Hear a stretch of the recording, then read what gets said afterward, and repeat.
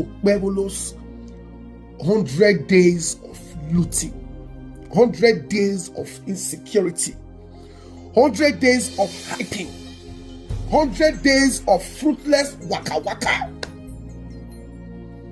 100 days of fruitless waka waka, 100 days of squandering our scarce resources, 100 days of no vision, no plan, no structure, no roadmap.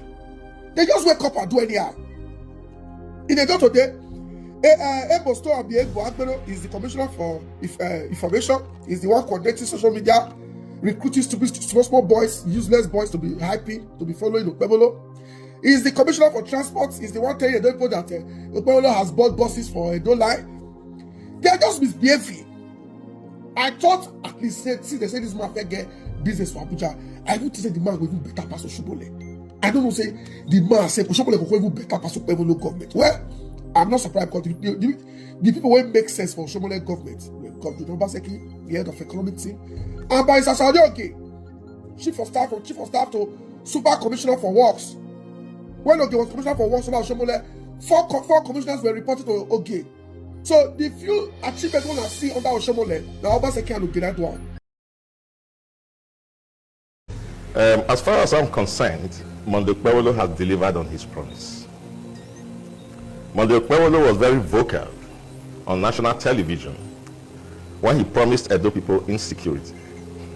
And faithfully, Edo State has, since he's been sworn in, been thrown into a tumultuous state where bedlam is let loose on our streets on a daily basis. The insecurity is so pervasive that you even have his own security network that he set up going out on an insurrection against government. The health sector going out on a strike against government's policy. Market women on a daily basis on our streets blocking major highways against the horrendous policies being visited on them by the government in place.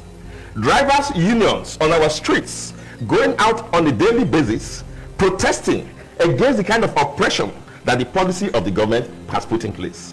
And even to collect government revenue, which is supposed to be a civilized automated process as left by Governor Obazee, we now have to hire an apalakpa, which in Edo's translation means tiger, to enforce collection of revenue, because we are in a state where jungle justice is the only language we understand. So Okpebholo have delivered on his promise. The promise was, I will visit you with insecurity. And that is why he thinks that the Teboga road that Obazee constructed, which Okpebholo quickly ran there after he was sworn in to try and lay ownership to, that he's the one constructing it. And that is why he thinks that all the other projects like the Technical School Road, which is known to all, that Obazee started and was constructing both the road on Ajoni Street, is attributing it to Okpebholo. I am looking for, and the reason why I'm not surprised not to see, is because if you fail to plan, you plan to fail. If you don't have a structured manifesto and a structured action plan for a state, how are you going to be able to carry out projects? You don't have a plan guiding you. So what we hear is every analyst who is going to talk about Okpebholo has his own manifesto and what he thinks Okpebholo says he's going to do. If you bring another analyst here that has a different agenda, and that's why the state cannot say we are holding you responsible to this. The only one he promised he has fulfilled, which is violence. So the governor has no direction. He has broken down all institutions of technology that he met. We delivered to Okpebholo a 3-tier data center that has 1.5 terabytes in government house. We delivered to him e-governance, automated and operating by technology. We delivered to him 3,000 kilometers fiber optics. We delivered to him cyber security on all Edo State data. All of those technological structure that he met on ground and IT structure that he met on ground, they are not operating them today. Now, he's talking about schools. Where has he found money to repair so many schools, as you are saying? New era was started to be repaired by Oshomole, who built halls and left classrooms. When Obazee came, Obazee said you cannot just build halls because you use it for activities of making money and you have left classrooms. Obazee started to revamp New Era. I'm surprised that he's attributing that to Okpebholo. So the point is, the man has nothing. He came with a vendetta to attack all Obasee's projects. He came with a whim to rule from, offhand, from the whim and caprice of his mind. And so what we have today is a depiction of the kind of cognitive retardedness that is governing our state. That's what our state has become. Night has been thrown back into darkness. Everywhere is dark now in the city. He cannot sustain the street light he meant because the ingenuity with which to fund power supply for those street lights is absent. Okay, we find a governor who comes out with different letters and different signatures. And both signatures read underneath HE, the governor of Edo State, and two signatures are different. So how can a man who cannot even sign signature properly, whose signature is irregular, deliver on anything? All right, thank you. What we have is a state of anomy. That's what we have in Edo State right now. But you cannot use flyover as an indices of progress. It is retarded economics. Progress of the economy is what increases and improves upon the lives of the people by way of improving the GDP, standard of life, peace and welfare of the people. So if you want to build flyover, that's fine. I can decide to construct roads. In fact, that reminds me, the road, the Teboga he's saying, the Marshall Plan of Obazee was to link Teboga to Uwelu. So Edo State is the most connected state in the entire West Africa. And if I were to tie the roads in Benin City, I wouldn't need a flyover. But if you want to provide the flyover, by all means do so. But don't put a flyover there as if it is one-stop gap for all of the other projects that you ought to do as a government. Well, Andrew said we should not come here to deceive the people. Yeah. I agree with that.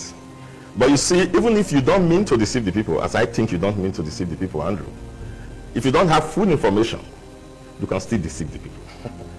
The term, this road belongs to the federal government, did not start in Edo State. If you are a child of history, it was the present president, Bola Tinubu, who put it out in Lagos State when he was suffering, the same suffering that he has visited on Obazee. Because he wanted to create local government areas in Lagos State and Obasanjo was opposed to it. Obasanjo abandoned Lagos State. And Lagosians were criticizing Tinubu for not creating those roads that went to Sangwater. And so Tinubu put the signboard there. This is not a state government road, it's federal government road. Ekpe. So as to educate the people. Now what they are doing is reversing that.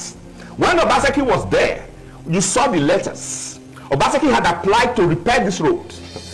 They replied him, the Minister of Work replied him, that is a federal government road and gave conditions that no human being can meet on this earth. For him, it was in the news, in public space. And now Obazee came out and cried. And they left that road in disrepair until they appointed a governor for Edo State. And now as a political score point, because the reason why Okpebholo was appointed for Edo State was because of 2027. As a political score point for 2027, they are fixing the road and then you are taking credit for it. Are you going to encourage that kind of governance where the state will use its power to muzzle opposition government because they want to give credit to their own appointed governors? So if you talk about lying to the people, that's a very structured lie. The fact is that the federal government that is repairing the road now was there during Obazee. Why didn't they do it? When it became a hue and cry, why didn't they intervene at that time? They left it to score cheap political points. That's not good governance. I'll tell you something. What people didn't know was that during Oshomole, you had that arrangement with the federal government. It was not only Oshomole. Many state governments embarked, which are big deals and so on and so forth, and then you were reimbursed. That government of Buhari, which is the APC government, made it very clear, and that's part of the condition. You are not going to get any reimbursement if you spend your money. And then they gave all the conditions. And then when he applied the second time, they told him it's federal government road, the road had been awarded. And it remained awarded for about 2 or 3 years before Obazee left there. All of these things are in public domain. So he couldn't go against the law. He was not going to be reimbursed. When you say that Ubikoko Road, which Obazee started, and then have not completed, and then a government comes in to continue the road, and you say for 90 days, you pick that one road and you are pointing to ITV, and you are calling that achievement, it shows the low level, what do you call it now, opinion these people have about Edo people. Just as we are rejoicing over a flyover that we have not seen. See, when you talk about governance, you are talking about the intellectual input in planning and structuring your government. You are not going to tell us to wait, and then we will see. In Obasee's time, what they call him wait and see, was that they woke up and saw structures, they woke up and saw delivery. We don't have a plan We don't know where this guy is going. That is what you have to see in 100 days. That look at the government's trajectory in education, look at its trajectory in this. We don't have that plan. We go to Okpebholo roads and continue where Obazee stopped, and we say he's constructing roads everywhere. Where is he constructing any road? What is his own plan? Is he thinking, as Obazee did, of opening up rural area like Ibiri, Amagba, and so on and so forth to expand the urban congestion? Is that the policy? Is that his policy? We don't know. We don't know his policy on education apart from going to one school and the doors in that school and the roof in that school. Certainly, he didn't, where his home, where the roof was removed in New Era, and then you begin to touch the doors, and you call that an education plan? What is the education plan? The person came out with Edobest. It was a plan. And Edobest delivered taps. 11,000 taps for the first people to the trade. That was a New Era when they gave them their taps. Let us finish. No, you're not. That is disturbing me. Okay. That is why in those states today, Obazee transformed all sectors with technology and won the best technology governor given by your own federal government shortly before he left office. Taps are being used by we are being used by teachers. Tab that had imputed in them pedagogic materials. Now teachers are complaining, they've taken the tax from them. I have evidence of that. Right. And they have complained that the job is now so tedious. And those states started producing the best kids for JSS exam consecutively for the past 3 years. Okay. The same thing for WIDE. Their numeracy skills and then the literacy skills were top in the country. Are these things not in the public domain? So, which is the benefit of learning by technology? Oh yeah. Any government who will not embrace technology in this modern time has no direction. That is the truth. Everybody and everything has gone technological. You plot your graphs via technology. So you don't do hit and miss, random and so on, and show it on ITV so that you can say you are tying roads. What's your ladies and gentlemen, I beg make una help me clap for Mr. Chris Ojeikere for analyzing this Okpebholo's 100 days of looting, 100 days of insecurity, 100 days of hyping, 100 days of fruitless waka waka, 100 days of fruitless waka waka, 100 days of squandering our scarce resources, 100 days of no vision, no plan, no structure, no roadmap. They just wake up and do anyhow. In a day today, Okpebholo is the commissioner for information. Is the one coordinating social media, recruiting small boys, useless boys to be happy, to be following Okpebholo. He is the commissioner for transport. Is the one telling people that Okpebholo has bought buses for a dollar. They are just misbehaving.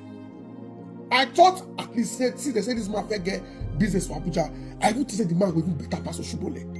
I don't know, say the man say Oshobole will even better pass Okpebholo government. Well, I'm not surprised because the people will make sense for Oshobole government. Because the Obazee, the head of economic team, and by Saudi chief of staff to super commissioner for works.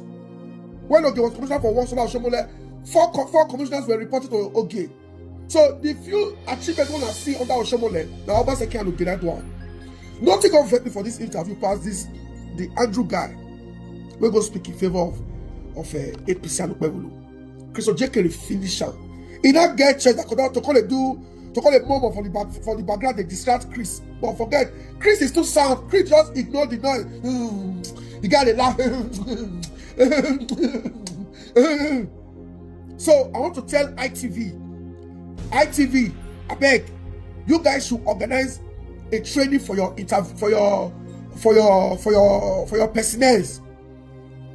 You understand? Please always warn your guests. You don't murmur or make noise or distract your opponent when they are speaking. The action of Andrew was so unprofessional and irritating. You cannot defend your government because you have nothing to defend him with. The government is empty. A government that has spent over 9 billion naira acquiring vehicles in less than 2 months.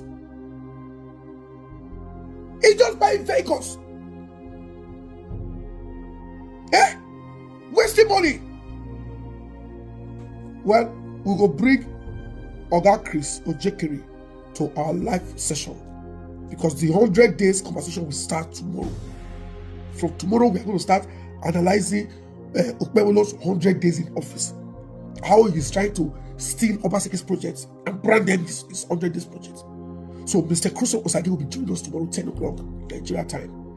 10 o'clock Nigeria time, 9 o'clock UK time. Ha! This is the worst government ever in the history of Nigeria.